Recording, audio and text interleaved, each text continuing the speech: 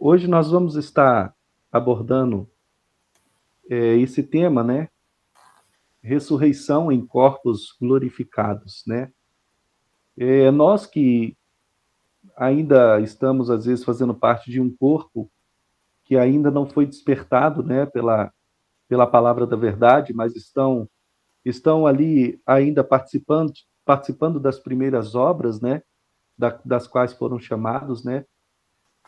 Em muitas de nossas igrejas hoje em dia, em nossos púlpitos, né, a gente quase não ouve falar sobre ressurreição, né? A gente ouve muito falar hoje em dia sobre a morreu, a alma se desprende do corpo e vai direto para o céu, né? Mas a gente sabe que a proposta de Deus para nós não é exatamente essa. A proposta do Espírito de Deus para nós, por intermédio da Sua palavra, é algo que vai muito além e é muito mais glorioso do que apenas morrer e ir para o céu, né? Deus nos promete, pela Tua palavra, a ressurreição no nosso próprio corpo e glorificado, né? E o corpo revestido de glória. A gente sabe que hoje há muitas religiões, né, que acreditam, né, na vida após a morte, né? Acreditam na vida pós-morte, né? Algumas outras denominações, algumas outras religiões acreditam na reencarnação da alma, né, em outro corpo, mas pela palavra do Senhor nós sabemos que isso está totalmente fora, né? E então nós vamos ver um pouco nesta noite dessa promessa maravilhosa que o Senhor Jesus Cristo fez para nós, né? Porque como noiva do Cordeiro e como corpo de Cristo e participante de todo o seu sofrimento, de tudo aquilo que ele viveu, nós sabemos que aqueles que morreram em Cristo terão que ressuscitar dos mortos, assim como ele ressuscitou. E a promessa se estende para aqueles que estiverem vivos, que serão glorificados, né? E o que é a ressurreição, irmãos? O que é você morrer e ressuscitar? Você vai ressuscitar em um corpo espiritual ou você vai ressuscitar em seu próprio corpo, né? Então a gente vai ver nessa noite, né, sobre isso, um pouquinho sobre isso, na visão também da ortodoxia da igreja primitiva. Esse material que eu estou apresentando aqui para os irmãos, que o irmão Alexandre vai estar apresentando aí, ele é de uma aula, né, de escola bíblica dominical, que eu participei e aprendi com esse amado e querido pastor, que hoje tem sido uma pessoa muito importante nas nossas vidas, na ministração do Evangelho do Reino, que é o pastor Damásio, né? Os irmãos, acho que alguns irmãos ainda não sabem, mas para a glória do Senhor Jesus Cristo, muito em breve eu estarei fazendo parte é, da igreja do pastor Damásio, só que aqui em São Paulo. Ele está só esperando eu me recuperar melhor para ele poder estar vindo aqui, né? E, e concretizando, né? Toda a nossa conversa que a gente já teve, né? Então eu não vou ser um pastor desgarrado, um pastor de mim mesmo. Eu vou ter uma liderança, né? E vou, a partir dessa liderança, responder a ela e aprender com ela para poder estar repassando aos irmãos, né? Porque nós, a gente ensina aquilo que a gente aprende, né? E a gente aprende e tem que passar para frente o que a gente aprendeu. Então, é dentro disso que eu pedi, em muitas conversas com o pastor Damásio, e ele tem compartilhado comigo todos os estudos que ele tem dado nas escolas bíblicas dominicais, e eu tinha pedido para ele, pastor, eu quero a oportunidade de poder estar ensinando e repassando para os meus irmãos lá no grupo isso que eu tenho aprendido aqui com o senhor, porque eu estou tendo que começar uma caminhada cristã novamente, assim como a grande maioria dos irmãos aqui. Por quê? Porque antes eu acreditava que quando a gente morria, a nossa alma saía do nosso corpo e ia direto para o céu, né? Que a gente não ia para o seio, para o ventre da terra como o Senhor Jesus foi, né? Que não acontecia conosco o mesmo que aconteceu com o Senhor Jesus, porque nós críamos que quando Jesus ressuscitou, ele tirou o paraíso que era lá no seio de Abraão e levou para o céu, né? E as almas que estavam lá com ele, né? Que é lá no seio de Abraão, Jesus tirou de lá. Mas hoje, nesse estudo, a gente vai ver que não foi muito bem assim. Amém? Vamos lá, vamos para o próximo slide. Então, a gente está vendo aqui. Nesse estudo, a gente vai abordar a promessa da ressurreição gloriosa e corpórea dos santos. Então, ele é um estudo voltado para os santos, para aqueles que já são cristãos, professo, né? Então, ele é um fortalecimento de fé. Ele é um estudo para fortalecer ainda mais a sua esperança. Desculpa, irmãos, caiu aqui meu celular.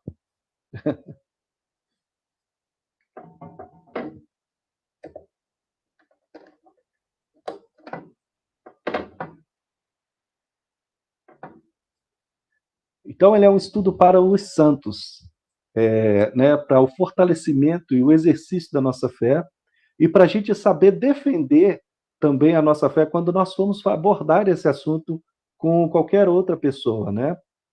Então, na vinda do Rei Jesus, esta é a esperança central dos cristãos, baseada na vitória do próprio Filho de Deus sobre a morte e sua ressurreição, né? Como primícia e exemplo da realidade futura da igreja. Então, a gente já vê logo na introdução que o mesmo que o Senhor Jesus passou, o mesmo que aconteceu com o Senhor Jesus, vai acontecer conosco se morrermos. E mesmo se estivermos em vida, né? Porque a promessa é essa. Para os mortos que morreram em Cristo, esses ressuscitarão primeiro, né? Voltarão para os seus corpos. Depois nós, os que ficarmos vivos, seremos glorificados, né? O irmão levantou. Só para avisar que o slide está pequeno. Acho que vai ter que tirar o slide e compartilhar de novo, porque ficou bem pequenininho aqui. Aí não dá para acompanhar. Tá. O irmão Alexandre está compartilhando, né? O irmão Alexandre. Fecha e abre de volta. Tá, só um pouquinho. Daí volta normal.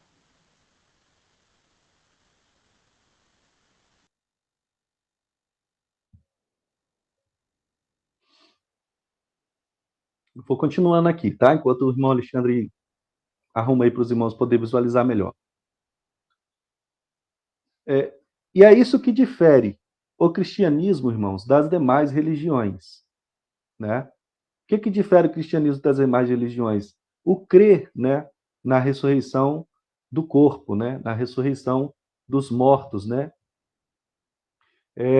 As demais religiões projetam uma vida da alma, além túmulo, num paraíso ou dimensão espiritual, sem a matéria da carne, em estado eterno.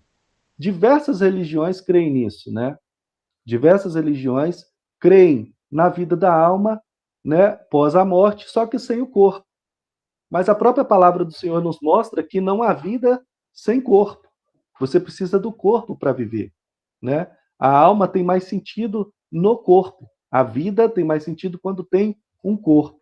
Então, por isso que aqueles que creem dessa forma, né, eles ficam equivocados nessa questão, eles tropeçam porque não creem que a alma sai do corpo, mas depois ela tem que voltar para ele novamente. E a gente vê que no final de todas as coisas, isso se cumpre. Primeiro na vida dos que morreram em Cristo e depois na vida daqueles que serão ressuscitados para serem julgados, né? Para a raiz da fé, a eternidade só começa, de fato, após a ressurreição corpórea de entre os mortos, né? Então, veja que para a nossa fé, a eternidade ela só começa, de fato, depois da ressurreição do nosso corpo. Isso não quer dizer que a nossa alma perde, você morreu, né? E a alma também está em um estado de morte. Não. A alma ela é eterna, mas a vida eterna para o cristão só se dá início depois que ele volta para o seu corpo, né? Como foi com Cristo. A alma deve voltar ao corpo unida novamente e assumindo uma nova qualidade e incorruptibilidade. Ou seja, vai haver uma mudança, né? Então a gente vai ver aqui ao longo, né, da leitura da palavra sobre isso aí. Então pedir para os irmãos abrirem suas Bíblias aí em Filipenses capítulo 3, verso 10 e 11. No contexto desse capítulo, o apóstolo Paulo vai estar falando sobre a glória na carne, né? E chegando aqui desses dois versos, verso 10 e verso 11, está escrito assim: para o conhecer e o poder da sua ressurreição e a comunhão dos seus sofrimentos, conformando-me com ele na sua morte, para de algum modo alcançar a ressurreição dos mortos, né? A ressurreição de entre os mortos. Então, hoje, o que acontece com a gente? Por que hoje nós não compactuamos mais das coisas deste mundo? Porque somos separados para Cristo. Por que hoje nós não nos gloriamos na nossa carne? Porque nós lutamos para receber a recompensa da glorificação, né? Nós nos santificamos, nós nos abstemos de tudo que esse mundo tem para nos oferecer, para poder, então, fazer parte da ressurreição em glória do nosso corpo, né?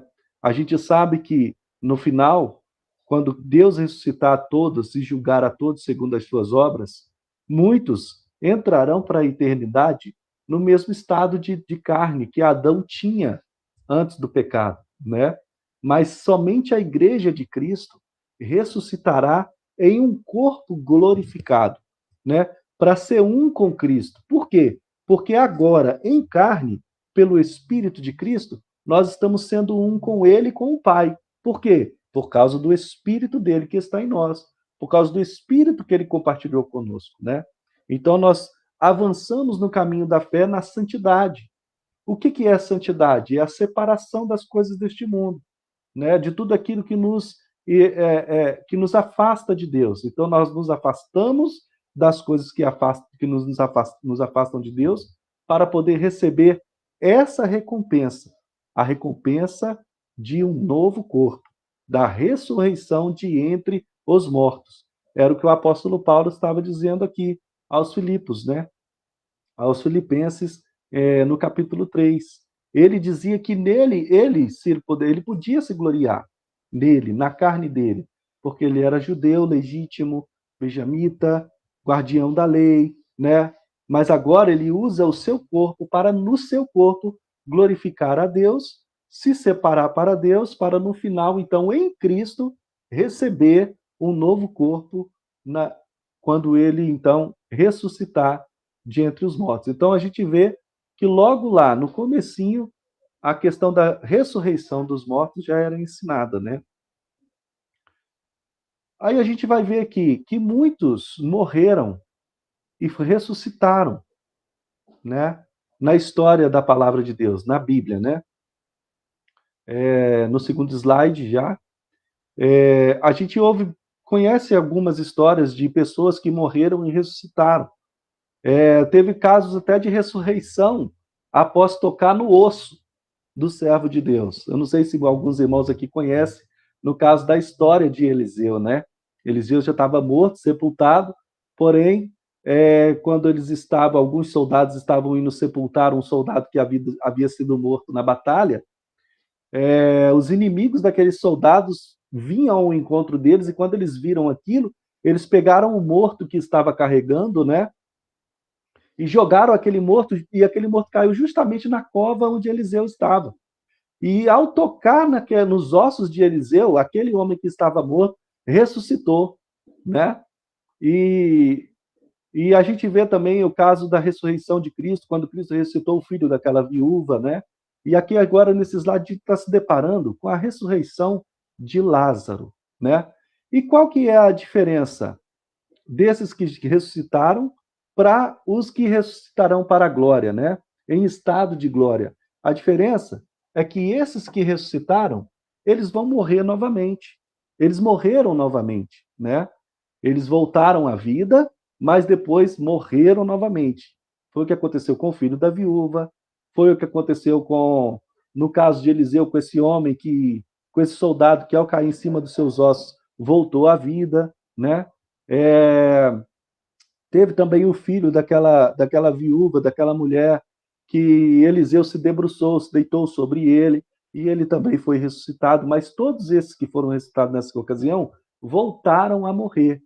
Mas, para nós, quando formos ressuscitados pelo Senhor Jesus Cristo e tivermos voltado ao nosso corpo material, nós não morreremos novamente. Por quê? Porque nós não teremos mais um corpo perecível. Nós teremos agora o mesmo corpo que Cristo tem, que é um corpo de glória, né? A inexorável e terrível realidade da morte assola a humanidade desde os primórdios, sendo ao mesmo tempo um mistério para os vivos, que ignoram como se dá na prática a transição ou a passagem. Por que então muitas pessoas têm medo da morte? Por que será que muitas pessoas têm medo da morte? Muitas pessoas têm medo da morte porque não sabem. Não sabem o que acontece lá do outro lado, né? Não tem ideia do que vai acontecer depois que ela morrer, né? Porque elas pensam assim: nossa, como que é a morte? Será que dói? Será que é frio? Será que é quente? Será que é gelado? Então, o medo da morte é por causa disso aí. Por isso que muitos, né? A gente vai ver que muitos negam que haverá ressurreição. Por que será que muitos negam, né? Os corpos dos mortos, a gente vê, se decompõem e voltam ao pó. Lá em Gênesis 3,19, algum irmão, enquanto eu continuo lendo aqui, pode abrir para ler para mim, por favor? Pode ser o irmão Alexandre, pode ser o irmão Ricardo, pode ser o pastor Grace. Gênesis 3,19. Leia aí para mim, por favor. Com o suor do seu rosto, você comerá o seu pão até que volte à terra, visto que dela foi tirado, porque você é pó e ao pó voltará. Tá vendo? Então, o homem saiu do pó da terra e ao pó da terra ele vai voltar. E é literalmente ao pó. A gente vai ver aqui no decorrer do estudo que há casos, né, de mortos aqui, cremado, devorado, e entre outros, a gente vai ver que para Deus não há impossível, né? Ao pó, do pó você saiu, né? E o pó, como os irmãos aqui que têm aprendido um pouquinho sobre o hebraico, sabe que o nome Adão vem por quê? Poeira, né? Adamá, é o pó, né?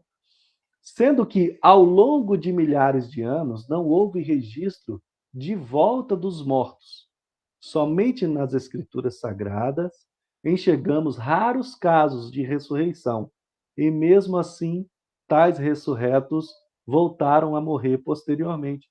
O caso de Lázaro, né, como eu estava explicando aqui, Jesus ressuscitou Lázaro dentre os mortos para mostrar o poder de Deus, que não havia limites para o poder de Deus.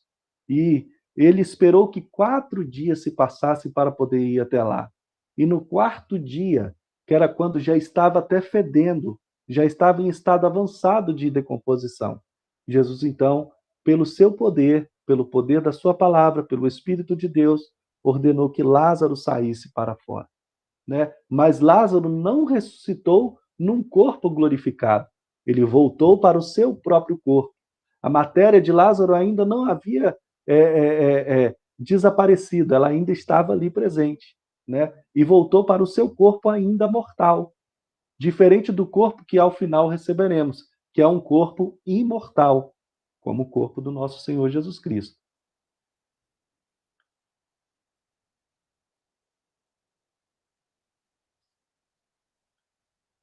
Pode passar esse slide aí, amado irmão. No entanto, o Filho de Deus, Jesus, veio ao mundo pregando a ressurreição dos mortos, né? Jesus veio ao mundo pregando a ressurreição dos mortos, atribuindo a si mesmo o senhorio sobre a morte e assumindo a autoridade da ressurreição, né? João capítulo 11, versículo 25, né? Jesus disse, né? Eu sou a ressurreição e a vida. Quem crê em mim, ainda que morra, viverá. E todo o que vive e crê em mim não morrerá eternamente. Crês isto? Jesus estava fazendo essa pergunta para Marta, né? Estava indagando ela, né? Jesus estava falando para ela: eu sou a ressurreição e a vida. Eu tenho o poder de ressuscitar e de dar a vida. E ele pega e mostra isso para elas e para todo o povo que estava ali, quando ele chama Lázaro para fora. E o mais interessante é: todo o que vive e crê em mim não morrerá eternamente. Ou seja, ele não ficará morto para sempre. Ele não ficará preso na condição de morte por causa do pecado eternamente. Ele viverá. Ele vai viver. Ele vai ressuscitar. Ele vai voltar ao seu próprio corpo, mas em um corpo de glória. Vai voltar a ter carne, mas um corpo glorificado, assim como o mesmo corpo que o Senhor Jesus Cristo recebeu quando o Pai o ressuscitou, né? E Jesus, ele é o dono da vida. Ele tem a chave da morte e a chave do Hades está na mão dele, né? E ele deu a vida dele para que nós tivéssemos a mesma esperança de também ter vida, ainda que nós viéssemos a morrer. E era essa crença, era baseado nessa fé que muitos de nossos irmãos primitivos entregavam as suas vidas, não se importavam em perder a sua própria vida, seja queimado, seja degolado, seja devorado por animais, né? Eles não se importavam, né? Alguns deles iam por martírio ainda louvando. Por quê? Porque a base da fé deles era tão sólida de que Cristo os ressuscitaria que eles entregavam a sua vida, eles criam realmente nisso, né?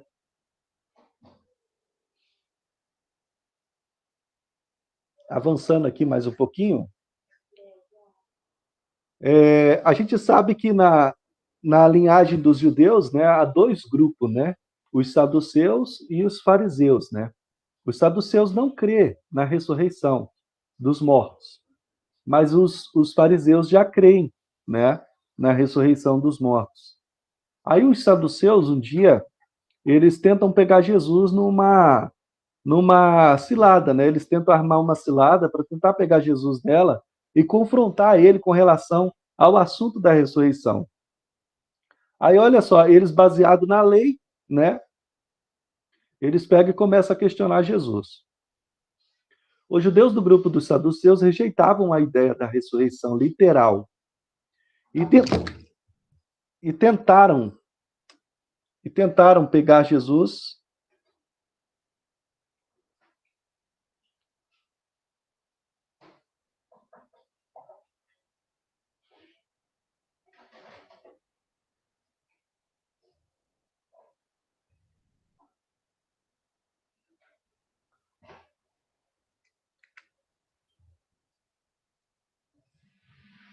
Irmãos, mas esse negócio aqui não é de cair, tá caindo hoje, eu não sei porquê, viu?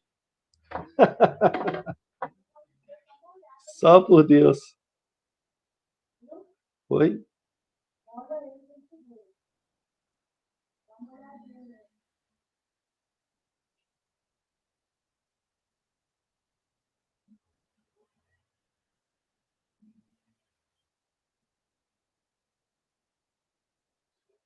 Desculpa, irmãos. Os judeus do grupo dos saduceus rejeitavam a ideia de ressurreição literal e tentaram pegar Jesus, indagando-lhe por meio de uma charada, né? Como seria esta ressurreição? Vamos dar uma lida ali em Lucas, né? Capítulo 20, versículo 27 ao 38. Olha só para vocês verem a astúcia desses irmãos, né? Desses saduceus. Chegando algum dos saduceus, homens que diziam não haver ressurreição,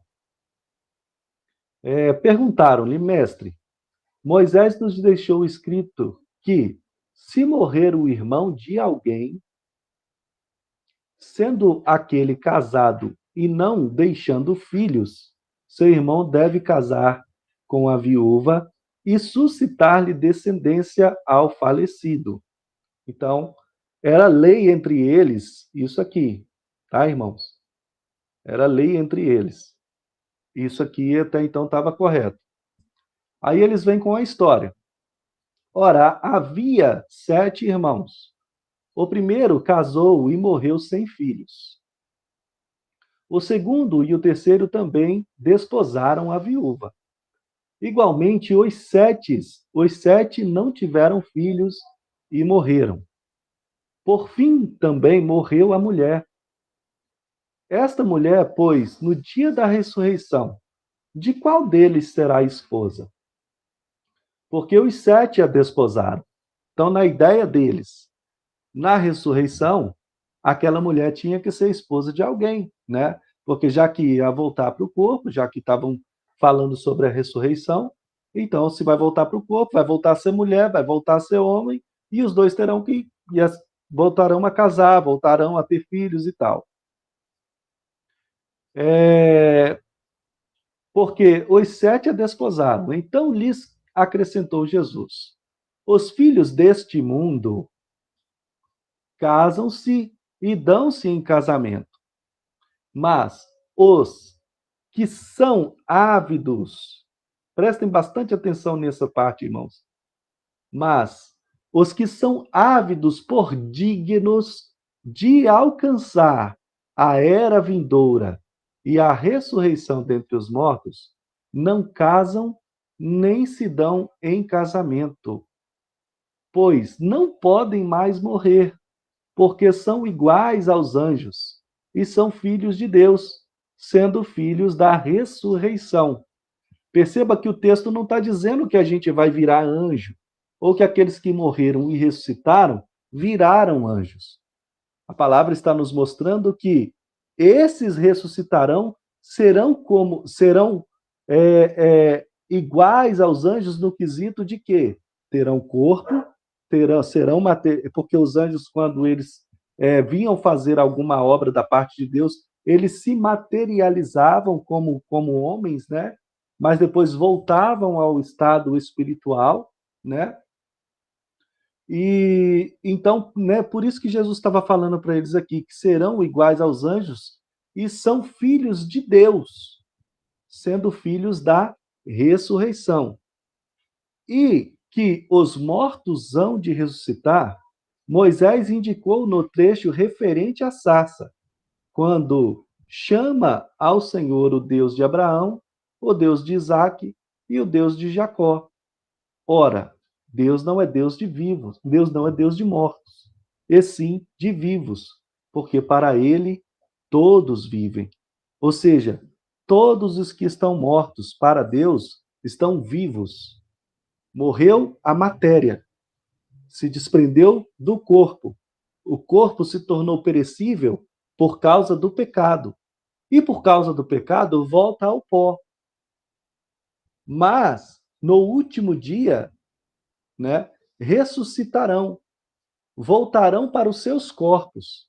Alguns serão glorificados, porque fazem parte da igreja do Senhor Jesus Cristo, são a igreja do Senhor, mas outros não serão glorificados. A gente tem abordado muito essa questão, e mesmo esses glorificados, esses não glorificados, vão entrar para a eternidade.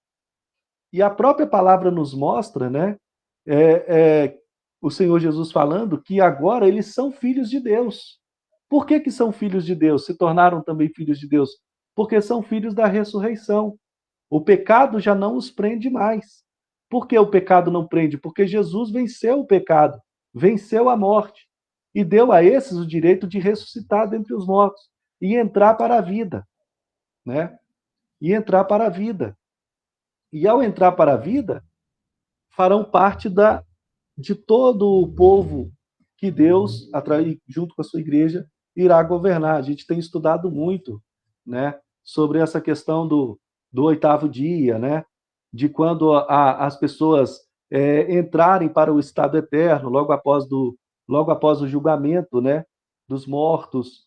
Então, a gente vê que no verso 35, é muito interessante a gente prestar atenção nisso que Jesus está falando, que mas os que são ávidos por dignos de alcançar a era vindoura e a ressurreição dentre os mortos.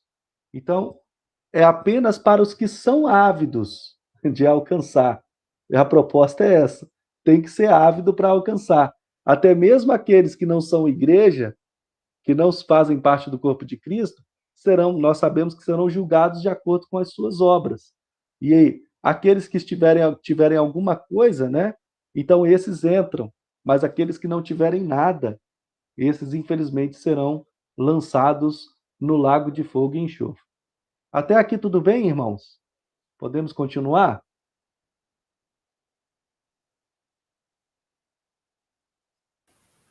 Tudo Fala bem. comigo aí. Tudo certo. Então tá bom. Então vamos continuar.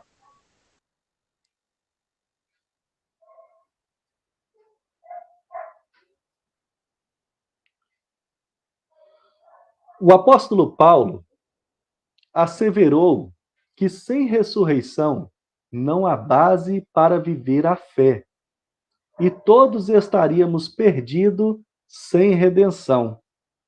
Porque o que é a redenção, irmãos?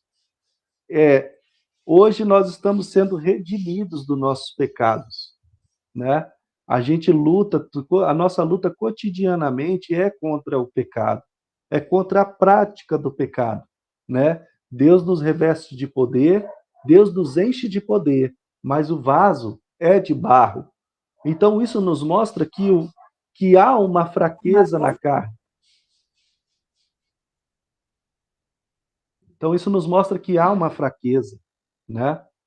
Então, a nossa luta, o apóstolo Paulo vai mostrando, ele assevera isso, né? Que sem a ressurreição não há base para viver a fé. Então vamos ler lá em Coríntios, capítulo 15. Oh, Jesus amado, só por Deus.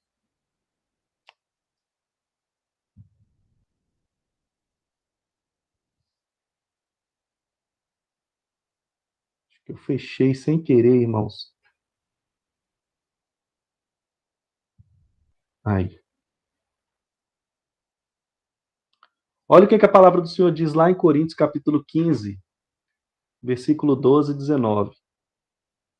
Ora, se é corrente pregar-se que Cristo ressuscitou dentre os mortos, como, pois, afirmam alguns dentre vós que não há ressurreição dos mortos? Né? Uns pregavam ressurreição dos mortos, mas outros falavam que não há ressurreição dos mortos. Aí o apóstolo Paulo pega e fala: e se não há ressurreição dos mortos, então Cristo não ressuscitou. E se Cristo não ressuscitou, é vã a nossa pregação e vã a nossa fé. Ou seja, o que dá base para a fé, para a pregação do cristianismo, para a propagação do evangelho, a maior base para isso é a morte e a ressurreição de Cristo. Porque nós cremos que Cristo morreu e Deus o ressuscitou dentre os mortos. A própria palavra do Senhor fala que o corpo dele que Deus não deixaria o corpo dele se corromper na sepultura, né? E ao terceiro dia Deus o ressuscitou dentre os mortos, diferente do que foi com Lázaro. Jesus ressuscitou a Lázaro no quarto dia, né? Para mostrar que já não tinha mais jeito, mas tinha jeito. Então, se Cristo não ressuscitou, é vã a nossa fé. E a nossa pregação é vã. A nossa fé, a vossa fé. E somos tidos por falsas testemunhas de Deus, porque temos asseverado contra Deus que ele ressuscitou a Cristo, o qual ele não ressuscitou. Se é certo que os mortos não ressuscitam. Ou seja, a gente fica asseverando contra Deus por quê? Porque a gente está pregando que Deus ressuscitou Cristo dos mortos, quando na verdade não ressuscitou. Se não há ressurreição dos mortos, né? Então a gente está asseverando contra Deus. A gente está dizendo que Deus fez algo que não fez, Paulo estava falando aqui. Porque se os mortos não ressuscitam, também Cristo não ressuscitou. E se Cristo não ressuscitou, é vã a vossa fé. Paulo volta a falar. E ainda permaneceis nos vossos pecados. Ou seja, só há remissão do pecado através do derramamento de sangue de Cristo. E só há confirmação através da sua ressurreição. E ainda mais, os que dormiram em Cristo pereceram. E se a nossa esperança em Cristo se limita apenas a esta vida, somos mais infelizes de todos os homens. Por que Paulo estava falando isso aqui? Porque muitos dentre eles ali estavam querendo gozar a vida, estavam querendo desfrutar da vida desse mundo, da vida que esse mundo tem para oferecer. Alguns gregos chegavam a dizer, né? A gente vê um ditado grego que diz assim: comamos e bebamos, porque amanhã morreremos. Ou seja, se a nossa vida se limita a esses 80 anos, ou 70, ou 60, e depois disso não tem mais nada, acabou, morreu, já era, então vamos beber, comer e viver regaladamente, né? Vamos viver do jeito que der, até chegar ao nosso fim. Chegou o fim, acabou, não tem mais nada. Mas não, há uma ressurreição. Há uma promessa de ressurreição, ressurreição para a condenação de alguns, ressurreição para a redenção de outros, e ressurreição e glorificação de outros, que no caso são a igreja, que é a igreja de Cristo, né? Essa é a promessa de voltar ao seu antigo corpo, a promessa de voltar a viver, né? Voltar à vida, né? Até aqui, ok? Podemos continuar? Algum irmão quer acrescentar alguma coisa nesse versículo, nesses versos do capítulo 15 que a gente acabou de ler?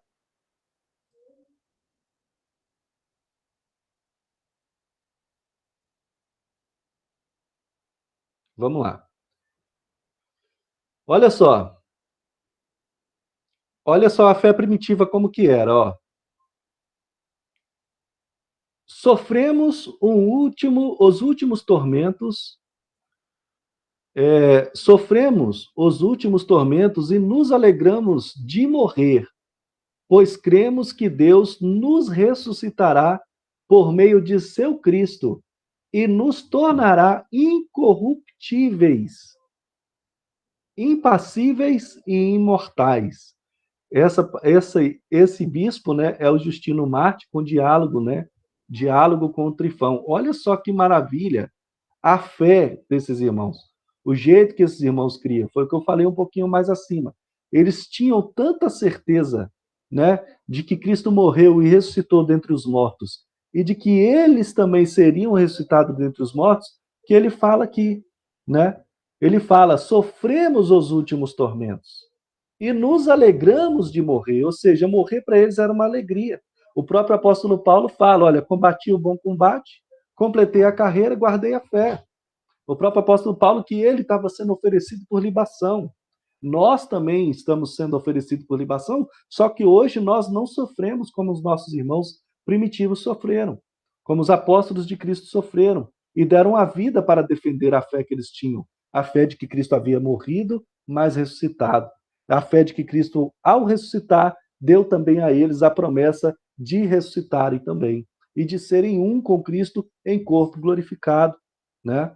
Hoje somos um com ele pelo seu Espírito, né? Espiritualmente. Por isso que hoje nós vemos o reino pela fé e entraremos no reino. Por quê? Porque nós estamos nascendo da água e estamos nascendo do Espírito, né? E por Cristo e através da fé em Cristo nós temos a visão do reino, né? Agora olha só o que Atenágoras, né, está falando aqui. É interessante isso aqui de Atenágoras, porque ele está fazendo uma defesa de fé diante de um dos Césares da época, né? Porque antes qualquer motivo era pretexto para matar cristão, né? Matar, prender, jogar para as feras, né? Então Atenágoras estava ali fazendo uma defesa de fé. E a defesa de fé de Atenágoras qual que era? Se para alguém parece pura charlatanice que um corpo apodrecido, desfeito e desaparecido torne a organizar-se, não poderia, por parte daqueles que não creem na ressurreição, imputar-nos maldade, mas ingenuidade. Ou seja, se eles não creem como a gente, se na verdade nada disso existe, então eles não podem falar que a gente é mau, e sim ingênuo, porque nós cremos que há ressurreição, que que o nosso corpo vai voltar a viver. Mas se eles não creem, eles não podem julgar que a gente é mau, mas sim ingênuo, se na verdade isso não existe realmente. De fato, se nos enganamos a nós mesmos com essas razões, não causamos prejuízo a ninguém. Ou seja, ele está defendendo aqui que a forma deles creem não causa prejuízo a ninguém, né? Porque muitos estavam sendo martirizados. Os irmãos antigamente eram martirizados porque na hora da Santa Ceia falavam que estava comendo o corpo de Cristo. Aí os romanos, né, da época, quando ouvia isso, pensava que na hora da Santa Ceia ali dos nossos irmãos primitivos, eles estavam matando uma criança com o nome de Jesus, com o nome de Cristo, picando o corpo dele e comendo, literalmente cometendo canibalismo. Então, por causa disso, esse irmão aqui, o irmão Atenágoras, né, se levanta para poder defender a fé cristã, né, com relação à ressurreição dos mortos. Pode passar o slide, amado irmão.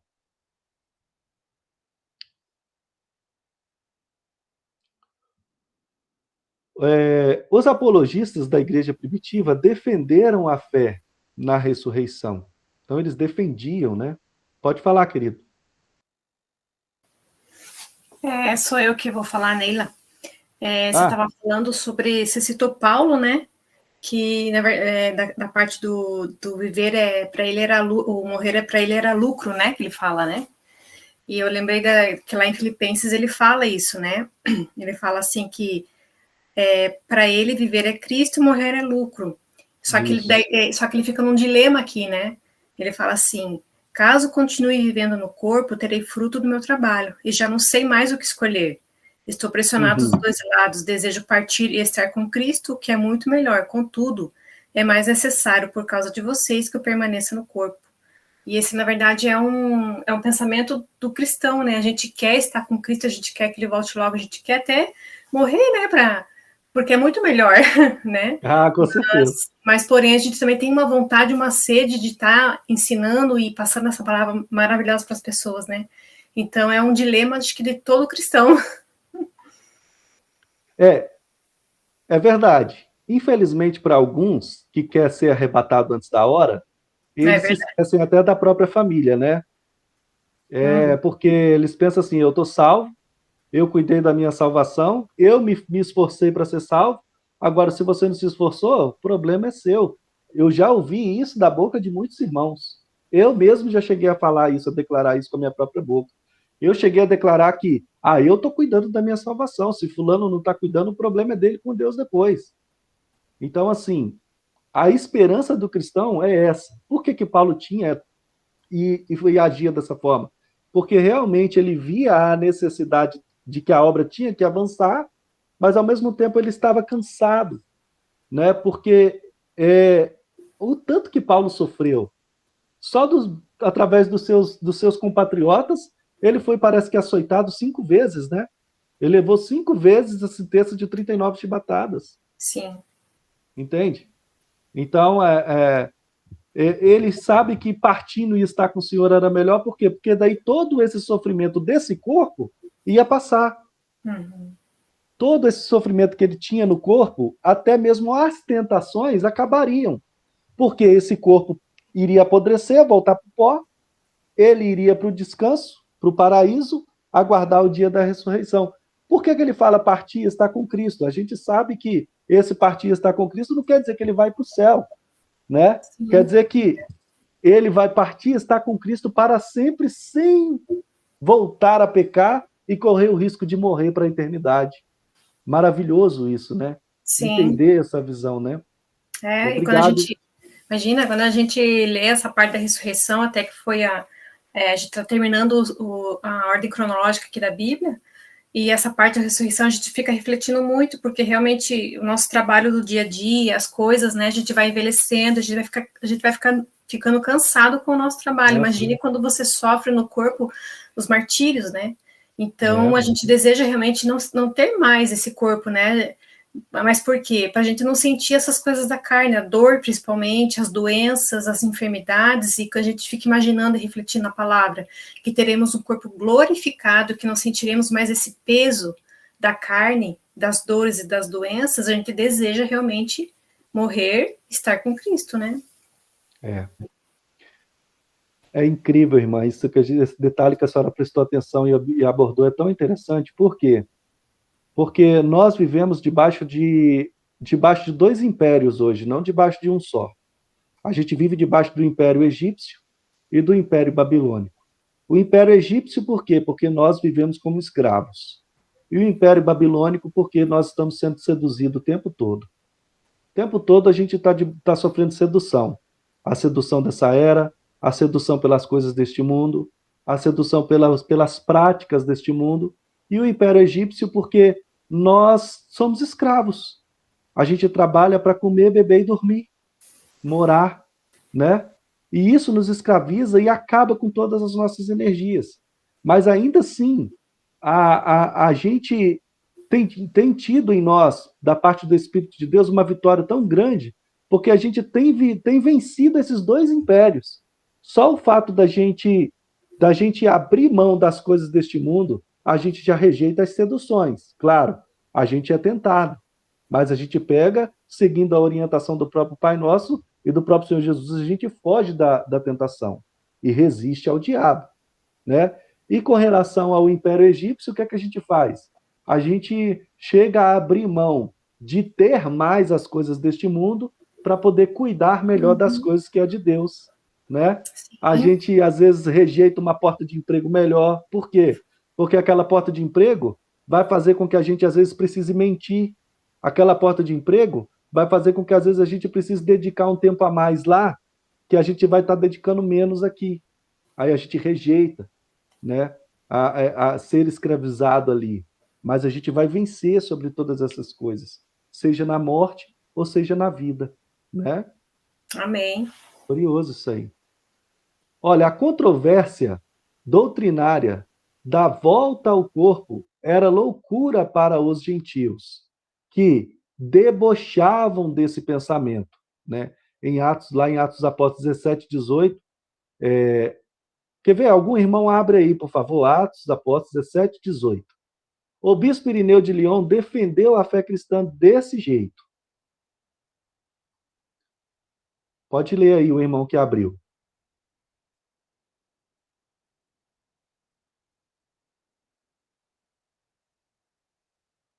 Atos 17, 18.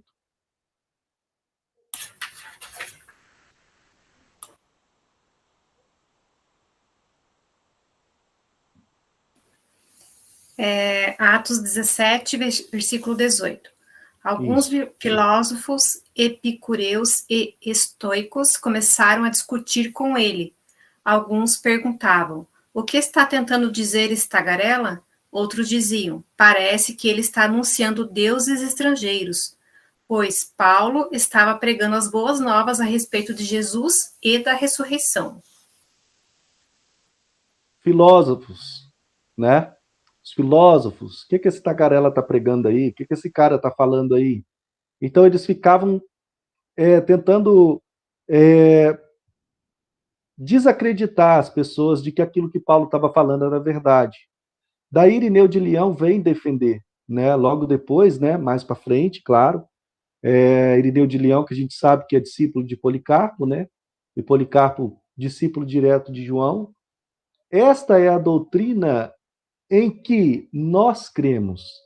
Deus ressuscitará nossos corpos mortais que guardaram a justiça e os tornará incorruptíveis e imortais. Olha o condicional. O condicional para receber essa ressurreição, qual que é? Guardar a justiça. O que é guardar a justiça? É crer que você só receberá o penhor da sua redenção do corpo se você manter um corpo santificado aqui na terra.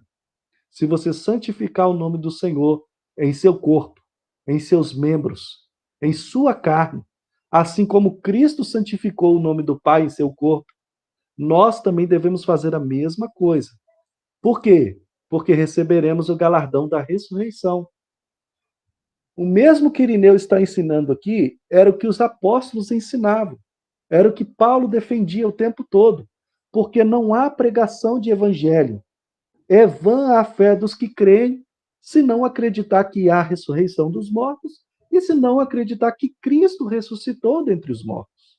É necessário crer. Porque o mesmo que aconteceu com o cabeça vai acontecer com o corpo, de uma forma plena, né? E verdadeira, né?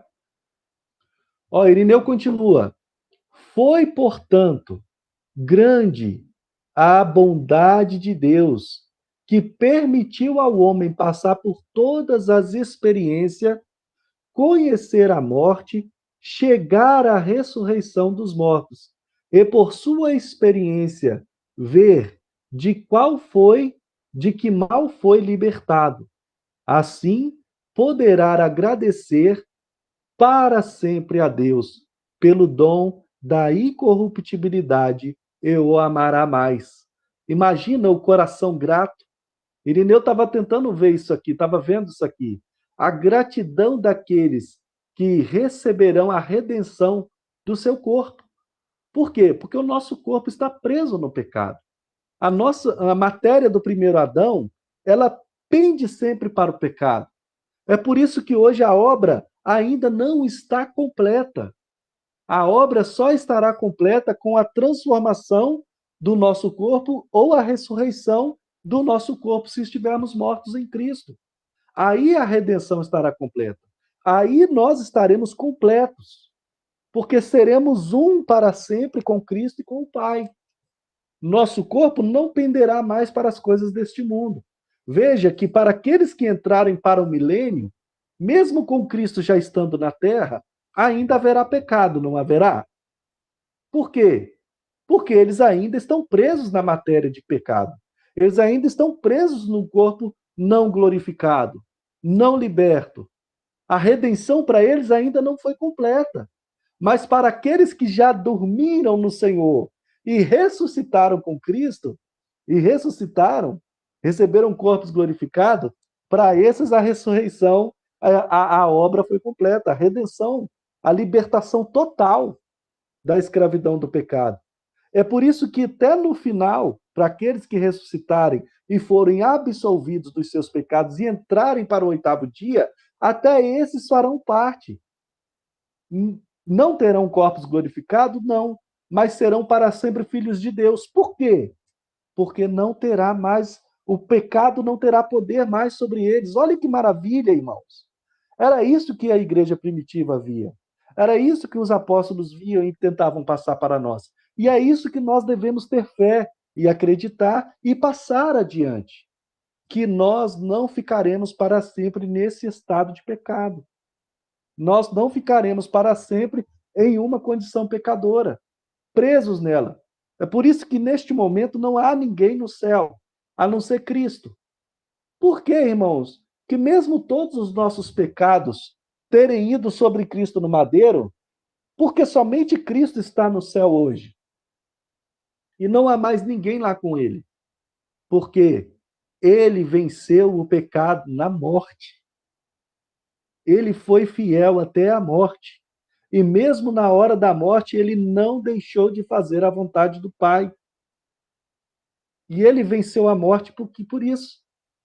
Por isso, hoje, ele está em um local de honra, em um lugar de honra à destra do Pai, gozando, compartilhando com o Pai do mesmo trono, da mesma autoridade, do mesmo poder, né? Do mesmo governo.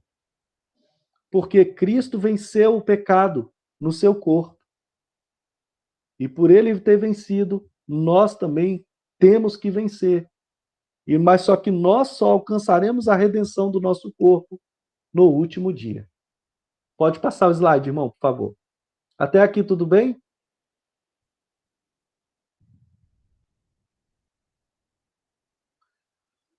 Irineu de Lyon, mais uma vez, amados. Olha que maravilha. Esse texto aqui é tremendo, ó. Irineu continua um tema, tá? Desprezam o poder de Deus e não prestam atenção à verdade os que olham para a fraqueza da carne e não consideram o poder daquele que a ressuscita da morte. Com efeito, se ele não vivificasse o que é mortal e não levasse à incorruptibilidade o que é corruptível, deixaria de ser poderoso. Tá vendo? Se Deus não tivesse poder para fazer isso aqui, que Irineu está falando, né? Se Deus não fizesse isso aqui, ele deixaria de ser o Deus Todo-Poderoso. Mas devemos constatar que ele é poderoso em todas estas coisas. E a nossa origem nolo deve dar a compreender, pois foi tomado um pouco de lodo da terra. Foi tomando um pouco de lodo da terra que Deus modelou o homem. Irineu está mostrando aqui, falando agora da criação do homem. Tomando um pouco de lodo da terra, Deus pegou e formou o homem. Ora, é muito mais difícil e incrível que tenha feito existir do nada ossos, nervos, veias e todos os elementos que constituem o organismo humano, dando-lhe o ser, criando-o animal, vivo e racional, do que constituí-lo. Quando, depois de criado, se tenha decomposto na terra, de fato, aquele que no princípio e quando quis fez o que não existia, com maior razão, querendo, pode ressuscitar os que já tiveram a vida concedida por ele. Irineu está falando aqui, não há limites para o poder de Deus. Se do lodo, se do barro, ele fez o homem, e ali do nada era um boneco de barro, e dentro daquele boneco de barro passou a existir ossos, nervos, veias, músculo, pele, órgãos. Se o Deus que teve o poder de do nada fazer tudo isso, muito mais no final ele fará novamente. Por quê? Porque no final o que não existia já existiu, já veio à existência. Olha que maravilha, irmãos. Vamos pensar aqui numa gravidez, uma gestante, né? Uma mulher quando engravida. Olha que maravilha. Como, irmãos, que cada átomo do corpo, cada célula que está crescendo ali, como que ela sabe o caminho certinho que ela tem que tomar para formar o osso, para formar o corpo, para formar o coração, né? Para formar todos os demais órgãos, né? O próprio Deus é que dá a origem de tudo isso, é ele que forma. O salmista mesmo fala, né, que quando a minha substância ainda era informe, mas o Senhor deu forma, né? Quando eu ainda era apenas uma substância, apenas uma sementinha, o Senhor foi lá e fez tudo. A gente vê lá em Salmo 139, né, o salmista declarando que Deus é quem deu a forma a ele no ventre da mãe. Deus tem o conhecimento. Então veja que na formação ali, e será que Deus não vai ter o poder de no final, né, fazer a mesma coisa? Ao ressuscitar a gente dentre os mortos, ao trazer a gente de volta à vida, de volta ao nosso próprio corpo, mas agora um corpo de glória, né? Pode passar, irmão. Estou vendo o rostinho da irmã Gisete. Paz, irmã Gisete. A senhora... Muito bom ver a senhora, viu? Deus abençoe. A gente vai entrar em uma parte muito maravilhosa agora, que é quando a gente vai falar sobre a visão do Vale de Ossos Secos, né? O maior questionamento é como reconstituir novamente os ossos, nervos, órgãos, pele, aos corpos decompostos. Então, como, irmãos? O corpo já se decompôs, né? Quando o pastor Damásio estava dando essa aula, né, lá na Escola Bíblica Dominical, ele falou sobre a questão dos pais que já morreram no passado. Adão. O que tem de Adão hoje espalhado pela terra? O que tem de Noé?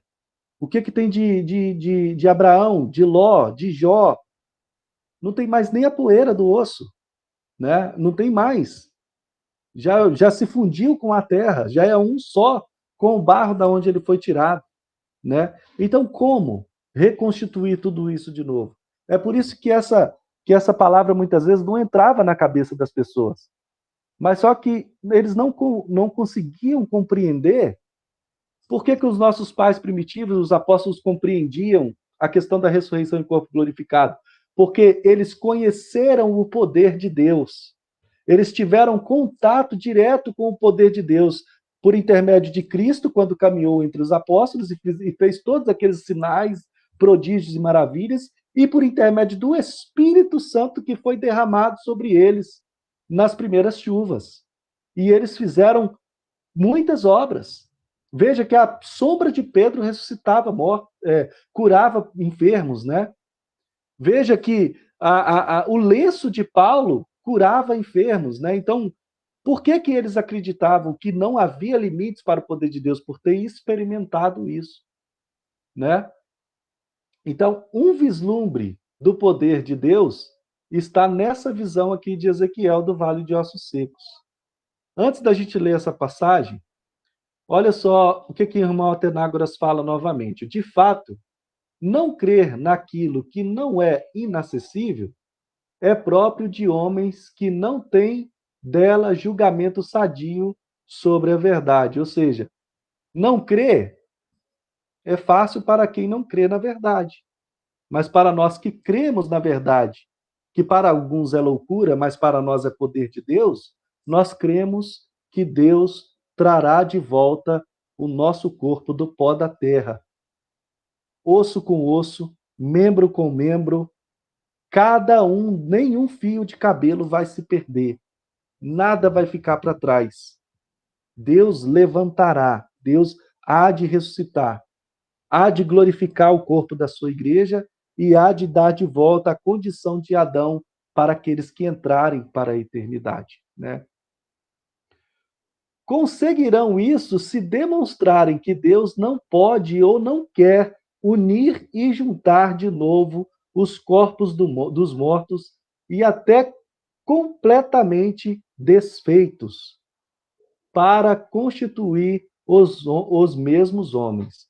Ou seja, Deus vai pegar o corpo de Abraão, que já não existe mais, que a poeira do corpo dele deve estar espalhada por toda essa terra, porque se virou pó, o vento bateu lá e ventilou sobre toda essa terra. Mas cada átomo, cada partícula, cada célula, cada organismo que compunha o corpo, tanto de Adão, como do nosso pai Abraão, como de todos os outros aqueles que já morreram em Cristo, voltarão ao seu estado original.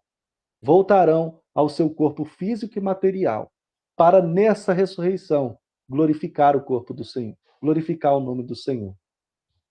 Aleluia. É maravilhoso passar a ver dessa forma algo que antes muitos de nós não víamos. A esperança da ressurreição em corpos glorificados, né? A ressurreição dos mortos. Pode passar aí, querido irmão. Pode falar, irmão Ricardo. Amém. É importante salientar, irmãos, acerca de um sofisma que está aumentando aí no mundo, em decorrência de palavras que muitas denominações estão aceitando, estão recebendo, de judeus ortodoxos, de que a profecia dos ossos secos se cumpriu em 1948. infelizmente, isso tem aumentado, tá?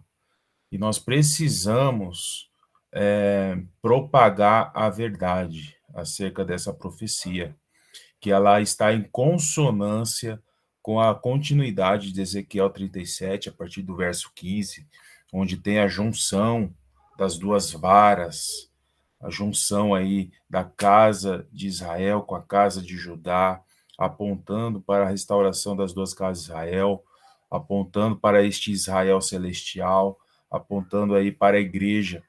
Então nós precisamos, sempre que nós depararmos com situações assim, e o Senhor com certeza vai nos dar oportunidade e cenários para estarmos colocando por terra barreiras que o inimigo está levantando em muitas denominações. Infelizmente, esse sofisma aí, muitos, né, estão acolhendo aí o que os judeus falam, porque muitos judeus ortodoxos têm uma palavra bastante cheia de conhecimentos, de doutrinas deles, que vai envolvendo as pessoas, e as pessoas não tendo a palavra de Deus no coração devidamente, acabam absorvendo essas coisas e tantas outras passagens dos profetas que eles estão encaixando como que se isso já estivesse acontecendo neste Israel que nós estamos enxergando. Então, nós precisamos combater esse sofisma que tem crescido nesses últimos anos aí. Amém. É muito boa essa abordagem que o senhor fez, né, irmão Ricardo? Porque a gente vê até mesmo, né, agora, recentemente, pastores como João Ribes Palharim e outros pastores que muitas pessoas os seguem, né? Tem até mesmo aquela mulher lá de Israel, né? Que eles estão dizendo que também é uma profecia lá de Ezequiel sobre as águas, né? Sobre a vida voltando, né, ao Mar Morto e tal, que essa profecia já tem se cumprido agora, né? E a gente sabe que essa profecia, na verdade, das águas que vai sair lá do templo, que vai curar toda a terra, né? A gente sabe que só pode se cumprir no milênio, né? Quando Cristo vier na sua glória, né? E passar a reinar sobre essa terra. E tem muitos acreditando nisso aí, do que até impressionado com os peixes que têm surgido em águas que antes não tinha peixes, né? Aí quem nos garante que para que essa mentira se espalhe, que foram próprios homens que foram lá e fizeram essas coisas acontecer, colocaram esses peixes lá, fizeram alguma coisa para aquelas árvores que antes eram secas voltar a dar folhagens verdes, né? Porque não pode, é só no templo de Ezequiel, com Cristo restaurando Jerusalém e toda a terra, que essas profecias estarão se cumprindo. E dentro disso que o senhor falou, irmão Ricardo, é igual essa profecia do Vale de Ossos Secos que o senhor falou, né? Essa que a gente vai ler agora. Ezequiel 37, né, do verso 1 ao 10, né? Veio sobre mim a mão do Senhor, e ele me levou pelo Espírito do Senhor, e me deixou no meio de um vale que estava cheio de ossos, e me fez andar ao redor deles. Eram muito numerosos na superfície do vale e estavam sequíssimos. Então veja que Ezequiel, né, em espírito foi levado, né, até esse vale de ossos, e ele faz uma observação: os ossos estavam sequíssimos, né? O que é um osso sequíssimo? É sinal que nem tutano tinha mais dentro dele, irmãos. Eram ossos secos mesmo, secos, secos. Então o Senhor perguntou para Ezequiel: Filho do homem, acaso poderão viver estes ossos? Respondi: Senhor Deus, tu o sabes. Disse-me ele: profetiza a estes ossos e dize-lhes: ossos secos, ouvi a palavra do Senhor. Assim diz o Senhor Deus a estes ossos: eis que farei entrar o Espírito em vós e vivereis. E porei tendões sobre vós, farei crescer carne sobre vós estenderei pele, e porei em vós o Espírito e vivereis. E sabereis que eu sou o Senhor. Então profetizei, segundo me fora ordenado. Enquanto eu profetizava, houve um ruído, um barulho de osso que batia contra ossos, e se juntavam cada osso ao seu próprio osso, ao seu osso. Olhei, e eis que haviam tendões sobre eles, e cresceram as carnes, e se estendeu a pele sobre eles, mas não havia neles espírito. Então ele me disse: profetiza ao espírito, profetiza, ó filho do homem, e dize-lhe: assim diz o Senhor Deus: vem dos quatro ventos, ó espírito, e assopra sobre estes mortos para que vivam.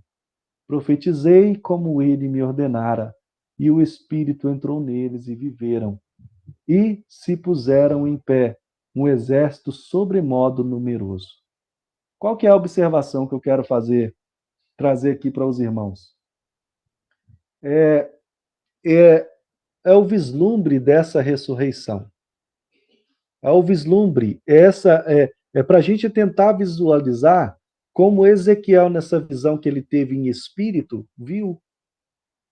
Vê o que vai acontecer quando Cristo nos chamar de dentro da sepultura.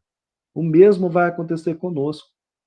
Corpo voltando, osso voltando para o seu próprio osso, átomo juntando com o seu próprio átomo, célula com célula, como eu falei, membro com membro, e então a gente se colocando de pé e sendo revestido de glória, né? Entrando num estado de glória e não indo para a glória, mas entrando no mesmo estado em que Cristo se encontra hoje, um estado de glória. A visão que nós vemos aqui da ressurreição, né? Cada osso, cada peça, cabeça que faz parte de determinado corpo, naquele corpo, não a minha cabeça no corpo que era do corpo do irmão Ricardo, não a mim o braço fazendo parte do corpo que é do irmão Alexandre. Ah, é braço, então vou pôr nesse aqui, não. É cada osso com seu osso, cada membro com seu próprio membro. Cada parte, irmãos. Deus tem poder para isso. Deus, ele é todo poderoso. Não há limite para a extensão do seu poder. E nós devemos crer nisso. Ainda que nós estamos sofrendo, passamos por dificuldade, ainda que a gente venha sofrer a dor da morte, nós não ficaremos presos neste estado para sempre. Deus, o Senhor Jesus, há de completar a obra da sua redenção. O que é a redenção? É libertação. É algo que vai ser numa totalidade. É a redenção do nosso corpo e a transformação dele para um estado de glória, né? Pode passar o slide, amado irmão. Você quer comentar mais alguma coisa em cima desse tema, irmão Ricardo, desse texto? Volta lá na figura, querido. Olha aí, irmãos, imagina a visão, é essa aí, ó, da ressurreição, daquela visão que Ezequiel teve, né? Não aconteceu. O pastor Damásio, quando deu essa aula, ele frisou bem nessa parte, que essa visão, ela não aconteceu, não houve ressurreição em massa, né? No Antigo Testamento, na história, não houve, mas imagina essa visão aí, os mortos se levantando, né? E o corpo sendo revestido de músculo, pele, né? Tendões, nervos, veias, e voltando a ser alma vivente novamente, né? Cheios do Espírito de Deus e glorificados. Pode falar, pastor Grace. Essa questão da ressurreição, né? A gente vai ver ali que o texto diz que é toda a casa de Israel, né? E é importante a gente conhecer as duas casas para a gente decifrar isso aí, né? Porque hoje a igreja, né, a maioria deles, eles entendem que aquele texto é um texto para os judeus, né? Não consegue encaixar essas coisas. Por isso é importante a gente conhecer as duas casas e entender que nós fazemos parte dessa ressurreição aí, né? Escrevendo. Que faz conexão direta também com as duas testemunhas, né? Que elas se colocam em pé também. E subam até aqui, né? Dada a ordem, suba até aqui. Aqui não conta isso, né? Mas unindo esses dois pontos, fica perfeito ali a conexão. Mostra bem o tempo da ressurreição. Né? Uhum. Amém. Irmã Gisete? Oi, irmãos, a paz. Só para acrescentar uma outra coisa, né? Eu sei que os irmãos já sabem disso, né? Mas só para a gente salientar, né? No caso, relembrar, né? Que as duas casas, a gente enxergando esse mistério, né? Das duas casas, unindo, né? Judeus e gentios no Israel de Deus, o Israel espiritual, isso combate veementemente o arrebatamento secreto em duas fases, né? Igreja gentílica, depois, né? Numa outra fase, o Senhor vem e salva só os judeus, né? Sabe, combate isso na espinha dorsal, né? Vai na espinha dorsal. Então não tem como a pessoa ela continuar acreditando em arrebatamento secreto depois que ela entende as duas casas, né? Mas um motivo para a gente ensinar acerca desse tema, porque esse ensino ele acaba sendo apoio para a gente despertar acerca de outros ensinos, né? Era só isso que eu queria falar. Amém. Não, e é interessante essa questão, porque logo no começo do estudo a gente falou sobre essa questão de morreu o corpo, né? Sepultou, mas a alma foi para o céu, né? E não pode, né? Estar lá no céu. A alma tem que aguardar o dia da volta dela para o corpo dela lá no mundo dos mortos. Exatamente. Pode falar, irmão Ricardo. Amém. Eu só quero colocar algo aqui. Eu achei interessante o verso 9 aí de Ezequiel 37, que diz assim, ó: então ele me disse, profetiza ao Espírito, profetiza ao Filho do Homem. Diz-lhe, assim diz o Senhor, vem dos quatro ventos, ó Espírito, e assopra sobre estes mortos para que vivam. A palavra aqui, quatro ventos, é arba ruach. E essa palavra arba ruach, nós encontramos em Zacarias, que fala de uma sincronia muito interessante acontecendo desde o início da última semana. Vai acontecer um selamento, o Senhor vai chamar os 144 mil, eles vão cumprir um ministério. Então, nós temos aí o entendimento acerca das duas testemunhas, esse ministério acontecendo, e vai envolver o quê? A ação dos 4 cavalos na primeira metade da semana. Perceba que as duas testemunhas estarão profetizando com sinais e maravilhas. Eles vão declarar, profetizar, e o céu vai corresponder àquilo que eles estarão profetizando. Por isso que envolve os 4 cavalos, que vai envolver cada querubim chamando cada cavalo, não é à toa, porque os 4 querubins estão ao redor do trono. Isso vai relacionar com a obra do Senhor através das duas testemunhas, através da igreja na primeira metade da semana. Então, existe uma associação, uma conexão muito forte dos 4 cavalos com as duas testemunhas, com a igreja gloriosa. Ela vai ser protagonista neste cenário. E por que eu falo dos 4 cavalos? Porque em Zacarias 6, verso 5, diz: estes são os 4 ventos do céu, arba ruach. E Daniel 7, verso 2 diz que os 4 ventos do céu agitavam o grande mar, arba ruach. Ou seja, existe um trabalhar do Senhor de agitar o grande mar, de agitar todo esse sistema, de expurgar as bestas, as feras, e a besta, na última semana, de revelar o mistério, revelar o que estava aí oculto e que vai se manifestar, o mistério da iniquidade na metade da última semana. Existe aí um trabalhar de Deus envolvendo este povo selado para um propósito. E toda essa conexão, essa relação do povo de Deus na última semana, ela vai se consolidar nesta ocasião aqui, no arrebatamento. Por isso que o Senhor menciona em Ezequiel 37, fala assim, é como se ele estivesse falando, olha, toda essa obra que eles realizaram nesta última semana vai fechar com chave de ouro. Vem, ó Espírito, os 4 ventos do céu, que estavam com os santos desde o início da última semana, realizando sinais e maravilhas. Vocês, sim, os 4 espíritos, vocês vão participar, vão estar junto para o arrebatamento, vocês vão ali e o Espírito, ele sopra, ele vai, ele chama, ele traz novamente à vida os santos, os servos, os valentes, a igreja gloriosa.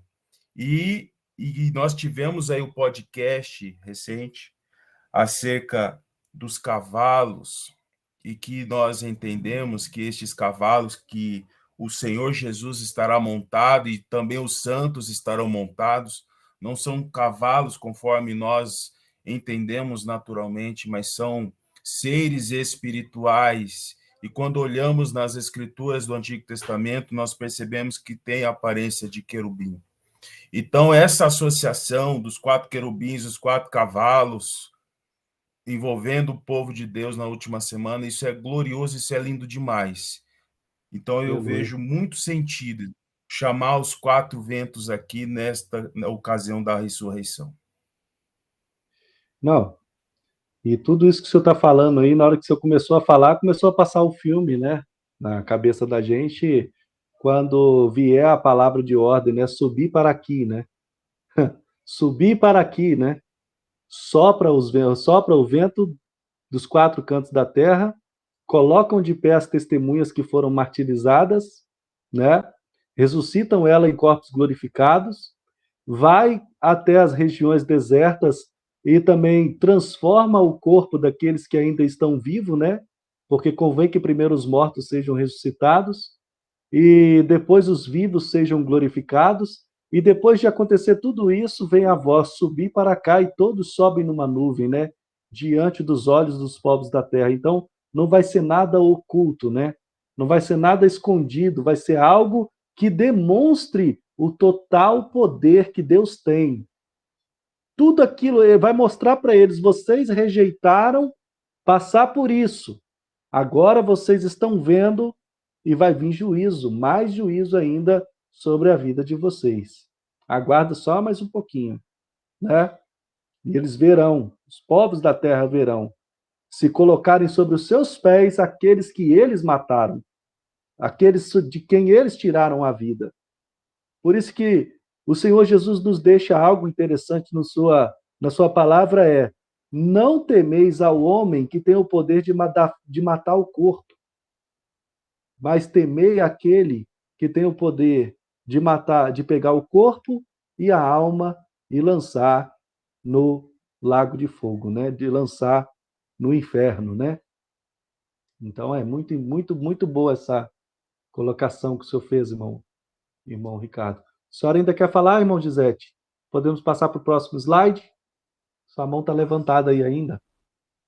Desculpa, não sei por que estava levantada. Foi equívoco, não quero falar. Tá, mas amém. foi mal. Já estamos chegando no final, irmãos. Olha só, mais um texto de Atenágoras, né? E para mim hoje, irmãos, é muito gratificante, né? Porque que eu tinha pedido a Deus, né, a oportunidade de trazer esse estudo para os irmãos aqui do grupo, né? A princípio eu ia estar ministrando esse estudo lá com os irmãos lá do grupo Evangelho do Reino, mas ter a oportunidade de ministrar tanto para eles que estão aqui presentes, quanto para os irmãos aí do Sul também é maravilhoso, porque esses textos antes não faziam parte da minha trajetória. Eu não sabia nem quem era. E às vezes só por falar que eram textos que estavam presos na mão do catolicismo, muitos de nós já não dá valor, só por falar assim, não faz parte do cânon sagrado, então não tem nada a ver com a Bíblia. Mas muito pelo contrário, tem sim. Estão fora da palavra, por quê? Porque haveria o tempo certo para que esses textos viessem ao nosso conhecimento, para, então, junto de toda a obra que Deus tem feito, despertar o seu remanescente, despertar a sua igreja que está dormindo, manter acesa da chama daquele que está acordado e despertar aqueles que estão presos no estado de sono, né? Para não haver nenhuma ponta solta. Deus, ele é tão perfeito que nesses últimos dias ele tem nos dado conhecer dessas grandezas que estavam ocultas até então aos nossos olhos e muitas vezes nós desprezamos só por não fazer parte da palavra do Senhor, do cânon sagrado que nós temos acesso, dos 66 livros, né, da nossa Bíblia.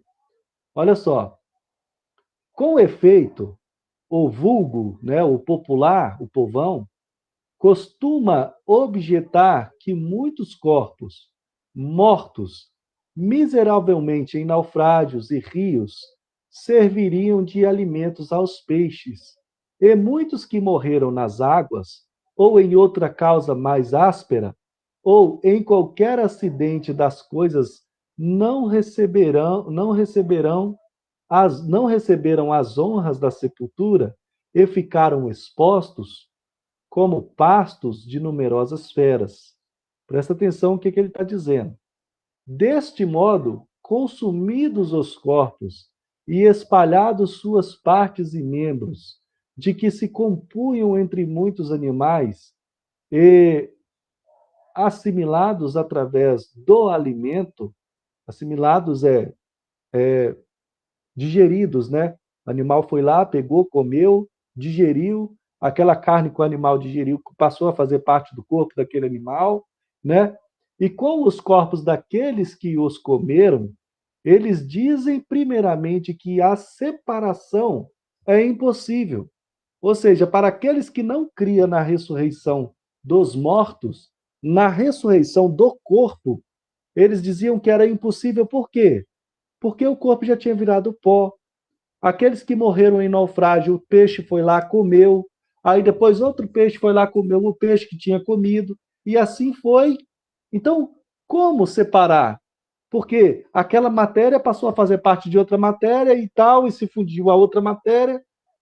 Ou seja, eles tentavam limitar o poder de Deus, a grandeza de Deus, por causa desses questionamentos que ficavam na cabeça. Porque para eles era impossível. Na visão dessas pessoas vulgar, do popular, que não cria no poder e na manifestação do Espírito de Deus, da glória de Deus, para eles era impossível, né? Porque não conheciam, não criam, né? A partir de tudo isso, estabelecem conforme pensam que a ressurreição é impossível, pois os mesmos membros não podem ressuscitar em diferentes corpos. Foi o que eu falei aqui ainda agora, né? A minha cabeça, por exemplo, no dia da ressurreição, não pode vir no corpo do irmão Ricardo, né? Por quê? O que pertence ao irmão Ricardo é o corpo dele. Parece-me, porém, que aqueles que assim falam, em primeiro lugar, olha só o que o irmão Atenagro chama a atenção. Eles desconhecem o poder e a soberania daquele que criou e governa todo este universo. E não lhe seria difícil nem mesmo a separação do unido, ou seja, não há impossível. Você vai se ressuscitar em seu próprio corpo. Você vai se colocar de pé e vai receber, vai voltar para você tudo aquilo que fazia parte do teu corpo, como a gente já vem falando. Então, crer nisso é maravilhoso, é a base da nossa fé. Falar sobre isso tem que estar na nossa boca o tempo todo, porque era o que estava nas ministrações de Paulo. Paulo não falava do evangelho sem falar da ressurreição. A gente viu isso. A gente viu lá em Atos 17, o versículo que o irmão leu para nós aí ainda agora, se eu não me engano, o verso 18, que a ministração de Paulo era baseada na morte e na ressurreição de Jesus. E que se não houvesse isso, como Paulo falou para os coríntios, a fé nossa e o nosso trabalhar seria vão, né? Não crer na ressurreição dos mortos. Vamos avançar para a gente terminar? Avança aí, querido, por favor.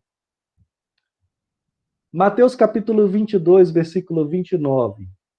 Respondeu-lhe Jesus: errais, não conhecendo as Escrituras, nem o poder de Deus.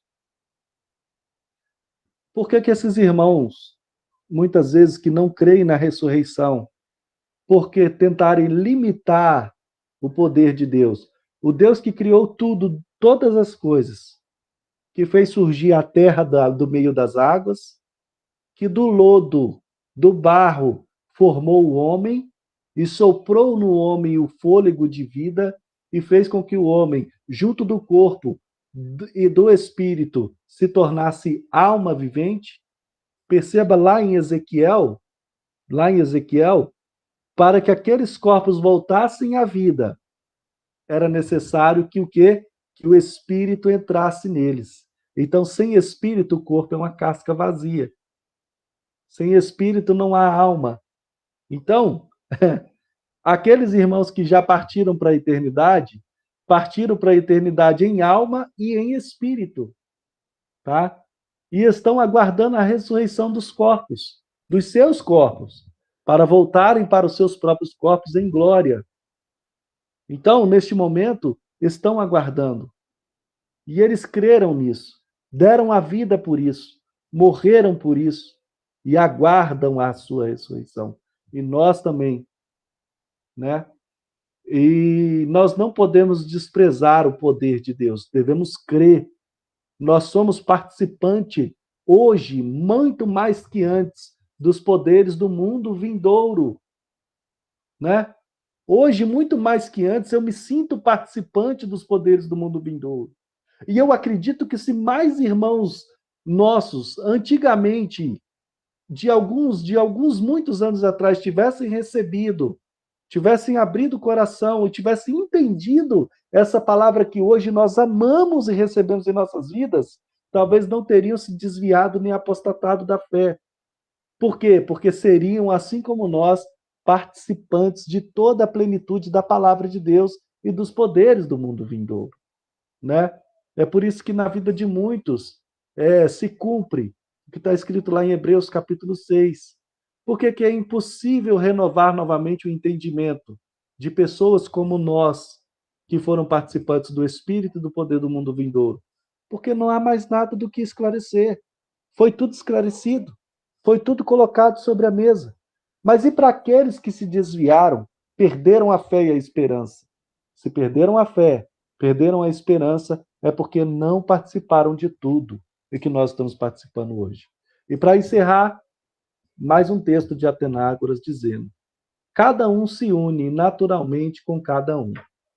Embora tivesse sido queimado pelo fogo, ou apodrecido na água, ou devorado pelas feras, ou por quaisquer animais, ou ainda cortado do conjunto do corpo, tenha se dissolvido de sua outra parte, membros e membros, unidos novamente, ocuparão o mesmo lugar. Para a harmonia e constituição do mesmo corpo, e para a ressurreição e vida do que fora antes morto ou totalmente dissolvido. Amém. Então, não há limites para o poder de Deus. Nós voltaremos, se morrermos em Cristo, morremos com a esperança de que Ele há de nos ressuscitar dos mortos e dar a nós um corpo de glória, um corpo glorioso, onde o pecado não vai ter mais poder sobre ele, onde os poderes da morte não terá mais poder sobre ele. Aí vai se cumprir o que está escrito no livro do profeta Oséias e o que foi proclamado pela boca do apóstolo Paulo, lá em 1 Coríntios capítulo 15. Tragada foi a morte pela vitória. Amém? Deus abençoe a vida de todos em nome de Jesus.